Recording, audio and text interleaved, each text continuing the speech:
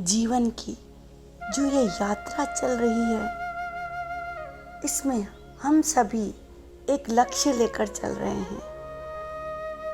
जिनका अपना लक्ष्य होता है वो नियमों के अनुसार चलते हैं, पुरानी धारणाओं को तोड़कर आगे बढ़ जाते हैं, अपने कंफर्ट जोन से निकलकर आगे बढ़ जाते हैं। आगे बढ़ने के लिए हमें कंफर्ट जोन से तो बाहर आना ही पड़ेगा।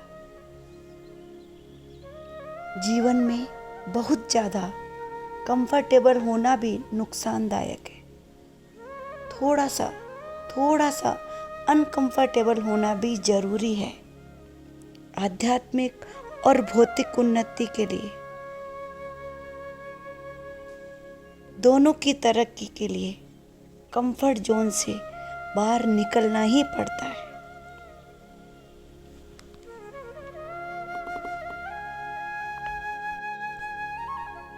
एक बार कुछ फ्रेंड्स घूमने निकलते हैं और एक नदी के किनारे जाते हैं और सभी एक नाव लेते हैं और उसमें बैठ के नाव चलाते हैं। रात का समय होता है, सब ने शराब पी रखी होती है, चप्पू चला रहे हैं,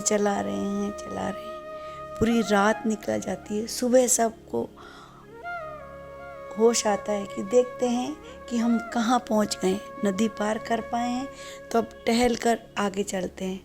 लेकिन जब वो नाव से नीचे उतरते हैं तो अपने आप पे ही हंसते हैं और देखते हैं उन्होंने नाव की रस्सी को तो खोला ही नहीं था, पूरी रात वहीं उठापटक चल रही थी।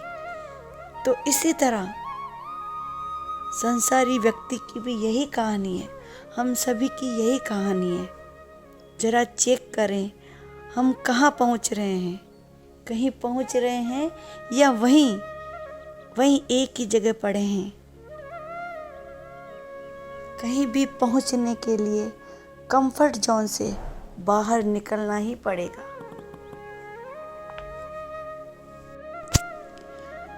वरना हम जैसे पैदा हुए हैं वैसे ही मर जाएंगे। कुछ पाने के लिए कुछ खोना पड़ता है। आम संसारी लोग अधिकतर बिना कोई बड़े बदलाव के अपना जीवन जीकर इस संसार से चले जाते हैं। कुछ खास लोग ही होते हैं जो बड़े बदलाव अपने जीवन में ला पाते हैं। आप अपने आसपास देख ही सकते हैं, एक आम गृहिणी, एक दुकानदार, एक ऑफिस वर्कर, इन सब की हालत वही सुबह से शाम और शाम से सुबह एक फिक्स रूटीन होता है। बहुत कम लोगों को समझ में आ पाता है कि जीवन का मकसद ये नहीं है। इसलिए अपने कंफर्ट जोन से बाहर आए, क्योंकि कुछ तकलीफें आपको निखारने में मदद करती है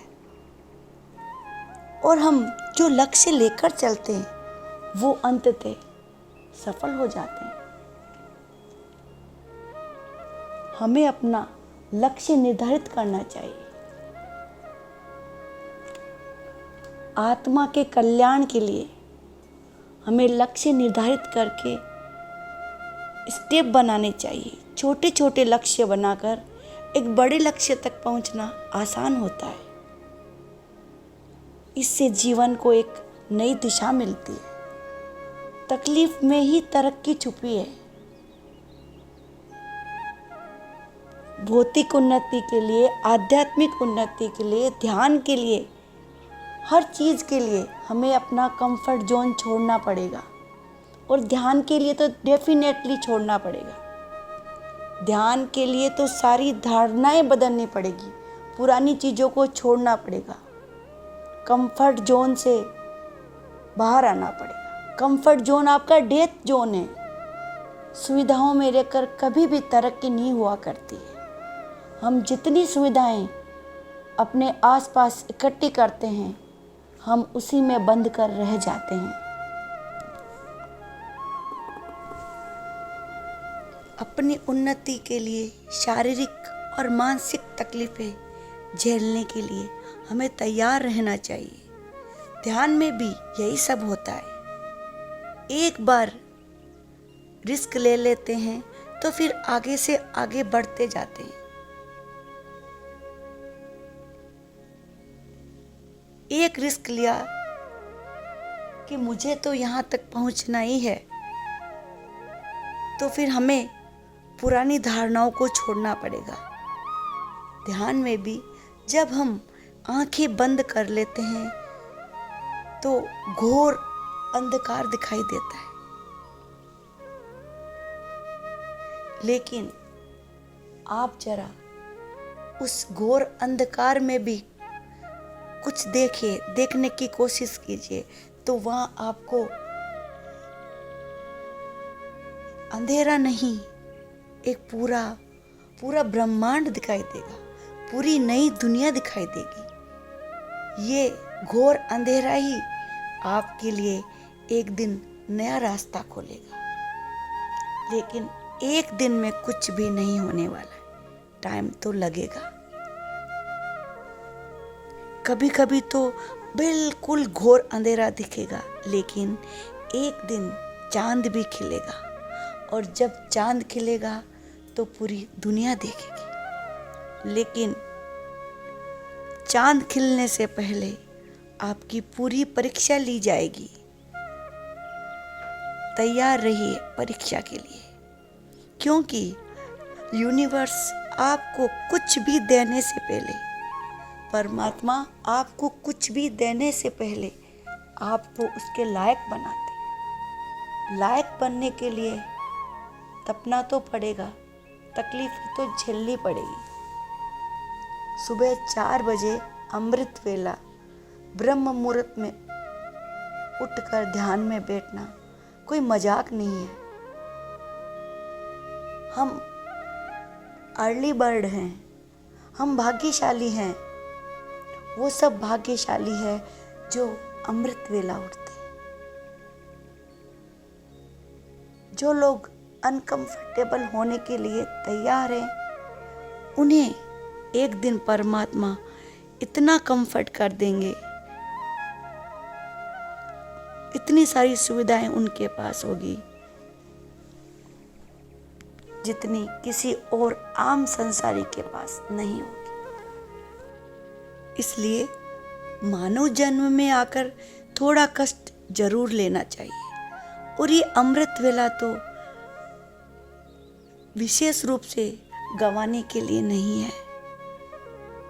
जब पपैया ने दिन भर प्यू प्यू किया तो उसकी किसी ने नहीं सुनी, और जब पपैया ने अमृत वेले में पुकारा तो उसकी पुकार सुनी गई,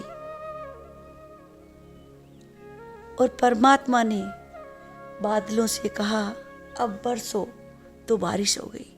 इसी तरह ब्रह्म मुहूर्त में मांगा गया हर वरदान अवश्य मिलता है। भाग्य बड़े हैं, अमृत वेले जाग लेना। गुरु खड़े हैं देने को, कुछ भी मांग लेना। भाग्य बड़े हैं, अमृत वेले जाग लेना। गुरु हमारे प्रभु देव खड़े हैं, कुछ भी मांग लेना। लेकिन मांगना भी आना चाहिए। मांगने में कुछ भी नहीं मांग लेना। मांगने में परमात्मा से परमात्मा को ही मांगना। कुछ और मांगा तो वो दुख ही देगा, कुछ और मांगा तो आपने अपने लिए दुख ही मांग लिया। इसलिए मांगने से पहले मांगना भी सीख लेना।